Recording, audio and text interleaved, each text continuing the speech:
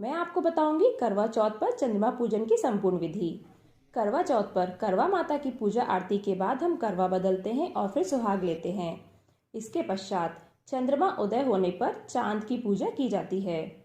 करवा चौथ पर चांद की पूजा करने के लिए सबसे पहले हमने जो पूजा में करवा माता की कथा सुनने के बाद 13 गेहूं के दाने अपने आंचल में बांधे थे, उन 13 गेहूं के दानों को हम करवे में डालते हैं और सबसे पहले हम चंद्रमा को अर्घ देते हैं।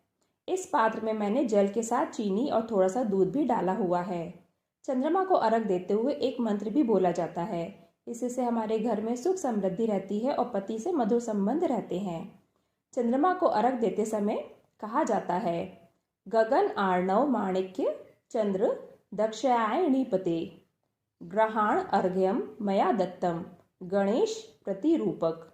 इसका अर्थ है, सागर समान आकाश के माणिक्य, दक्ष कन्या रोहिणी के प्रिय व श्री गणेश के प्रतिरूप चंद्रदेव, मेरा अर्घ्य आप स्वीकार करें और हम सभी को अपना आशीर्वाद प्रदान करें। इस प्रकार चंद्रमा को अर्घ देने के बाद सबसे पहले हम अपनी पूजा का दिया प्रज्वलित करते हैं। दिया प्रज्वलित करने के बाद हम चंद्रमा को धूप दिखाते हैं। इसके पश्चात उन्हें रोली अर्पित की जाती है और फिर हल्दी अर्पित की जाती है।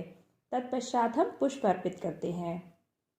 इसके बाद हमने जो 4 सींख करवा चौथ की पूजा में रखी थी, वह एक एक सींख लेकर आटे की लोई के साथ उन्हें चंद्रमा जी को अर्पित किया जाता है।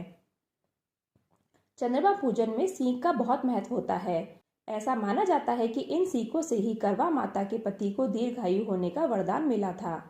एक बार जब माँ करवा के पति का पैर मगरमच्छ ने पकड़ लिया था, तब करवा माँ ने अपनी शक्ति से इन्हीं सीखों का इस्तेमाल कर मगर को बांध दिया और यमराज के पास पहुंच गईं। उस समय चित्रगुप्त करवा माता के जीवन का लेखा जोखा देख रहे थे। करवा माता ने इन्हीं सीखों से चित्रगुप्त के पन्नों से पति का मगर वाला प्रसंग अलग कर दिया, जिससे यमराज को उनकी रक्षा करके उनके प्राण बचाने पड़े। इसी प्रकार हे चंद्रदेव, हे करवा मैया, हमारे पति को भी दीर्घायु प्रदान करें। इसके पश्चात चंद्रदेव को भोग अर्पित करें। फिर अपनी आरती की थाली से उनकी आरती करें। चंद्रदेव की आरती कर लेने के पश्चात दिए को अपनी चलनी में रखकर सबसे पहले चंद्रदेव को चलनी से दर्शन करें और फिर अपने पति को देखें और उनके स्वस्थ और दीर्घायु होने की कामना करें। ध्यान रखें, पहले हमें चलनी से चांद देखना है और फिर उसके बाद तुरंत ही अपने पति को देखना है।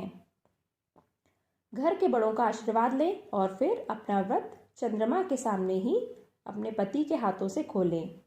इस प्रकार चंद्रमा की पूजा पूरी होती है। दोस्तों, आपको अगर मेरा यह वीडियो पसंद आया तो इसे लाइक करें, हमारे चैनल को सब्सक्राइब करें, साथ ही बेल आइकन बटन जरूर दबाएं, जिससे हमारी वीडियो का नोटिफिकेशन आपको सबसे पहले मिले। दोस्तों, फिर मिलते हैं अगली वीडियो में। आप सभी का बहुत बहुत धन्यवाद।